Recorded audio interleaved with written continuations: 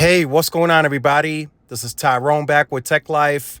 This article is the original article from T-Mobile when they announced the acquisition of US Cellular. I'll leave a link to that article in the description for those of you who may be new to the channel and haven't seen this article. So the point of this video today is T-Mobile creating problems for themselves? So what I mean by that, before this purchase was announced, before T-Mobile announced the price increase, they gave us a hint at the quarterly earnings. That's why I always watch them, and that's why I always tell people pay attention. They told us their ARPU, which is the average price per user, is going up by 0.5%. As it stands today, the only way that T-Mobile was increasing ARPU by 0.5% within this calendar year was a price increase. That's when I knew right away, yes, T-Mobile is going to increase pricing.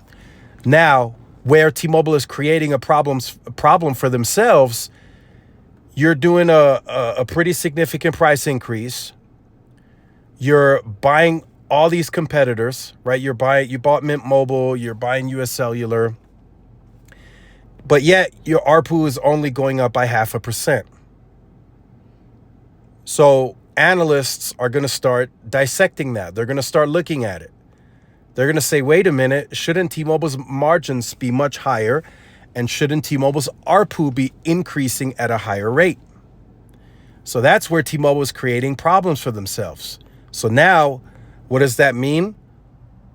Will we have a second round of price increases? And my answer to that is yes.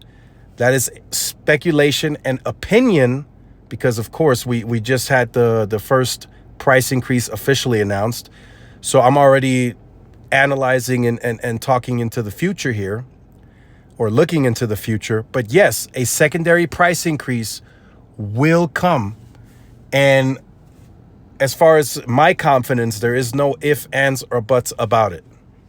It will come.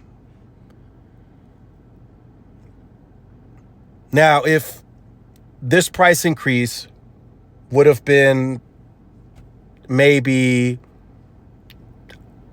1 to 2% of an ARPU increase, I would have been like, okay, that is, significantly better.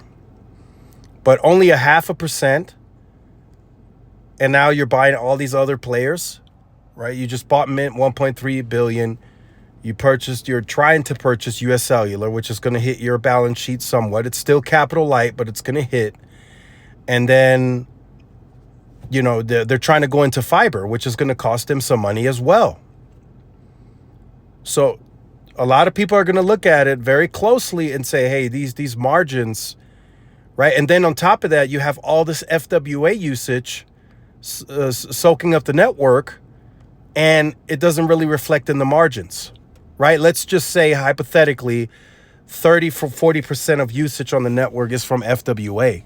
That should be reflected in the margins, but it's not. So what does that tell you? FWA pricing could go up too. Very confident in that as well.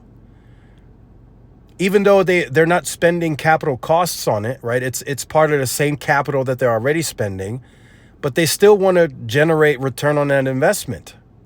Even though it's not extra capital that they're spending, they still want to show a return on the usage. Now, they have carefully calculated this, of course. So they're looking at it on a sector-by-sector basis and saying, hey, we can maybe put 5 people for home internet on the sector and we'll generate some revenue.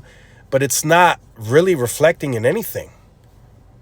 If they were to tell me, hey, look, our ARPU is expected to grow 2 to 3% because of all these FWA customers, then that would be a different story. But that's not happening. And yes, T-Mobile continues to deflect. Oh, we have a assortment of different plans, and 55 and older, that kind of brings down the ARPU. But yet they're growing 300,000-400,000 FWA customers a quarter that add a ton of usage onto the network, but yet it doesn't really reflect. Right? If AT&T, as an example, just to do a comparison, if AT&T adds 200 to 250,000 fiber customers a quarter. That's going to reflect on the ARPU. That's going to reflect on the revenue. Why? Because those customers are paying $60, $70, $80. Some more, depending on the tier that they're on. So this is where I feel T-Mobile is creating problems. They're trying to already be a much bigger company, or trying to operate. Now, I'm not saying that they're this small company. They're already a bigger company, but now they're trying to operate like a Verizon and like a AT&T with assets, right? Verizon and AT&T have far bigger fiber assets and total assets, period. I mean, they operate worldwide. And T-Mobile is now trying to embark on that journey, but they're not there yet. So maybe they're doing this a bit premature. It's possible. But the fiber situation, we will soon know what that looks like. And that could be another problem that they create, because now they're investing in that. And then people are going to say, analysts and everybody looking at them are going to say, well, wait a minute, you should be making much, much more, versus even a capital light investment requires return on that investment. You got to think about that, right? If they just like break even or come in just a little bit below, is it really a return on that investment? And that's where I'm going. Like, for an example, Lumos, they paid X amount of dollars for it. They gain a certain amount of scale, but is that scale big enough to really generate a big return on the initial investment? That's the problem. Because here's the thing too, you got to think about this as well. If they tell us we're going to pass 3.5 million homes by 2027 with Lumos, that doesn't mean all of those 3.5 million homes will have the fiber. T-Mobile might only be able to sell it with its brand to, I don't know, 600,000 people out of the 3.5 million homes. So all of that has to be taken into consideration when looking at this. Now, I know T-Mobile has, of course, studied this. They've done the numbers very carefully. They're a smart company. They have great they have great execution. But you got to look at it, right? How are they moving recently? How have they been moving in the last 6 to 12 months? Right? It hasn't really been in the favor of the customer anymore. Why? Because of all the other moves that they're making to create value for the shareholder. Paying out dividends and buybacks at the same time. AT&T and Verizon aren't even doing that because they want to delever, because they have a lot of debt. T-Mobile, they don't have nearly as much debt as the competition, but still, they are still punching a little bit above their weight, if you will. That's what they're doing right now. If you look at their CapEx, it's much lower. Operations cost is likely still much lower versus the competition.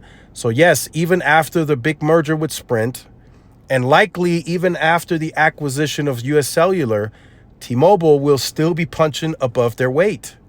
They will likely still have a smaller footprint, and that's just years and years and years of investment at high levels for Verizon and AT&T to achieve that dominance and being that far ahead.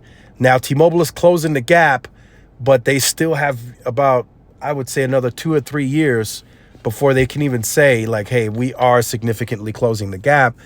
And the problem with that statement is Verizon and AT&T aren't slowing down their investments. So you have to take that all in when you consider the wireless landscape.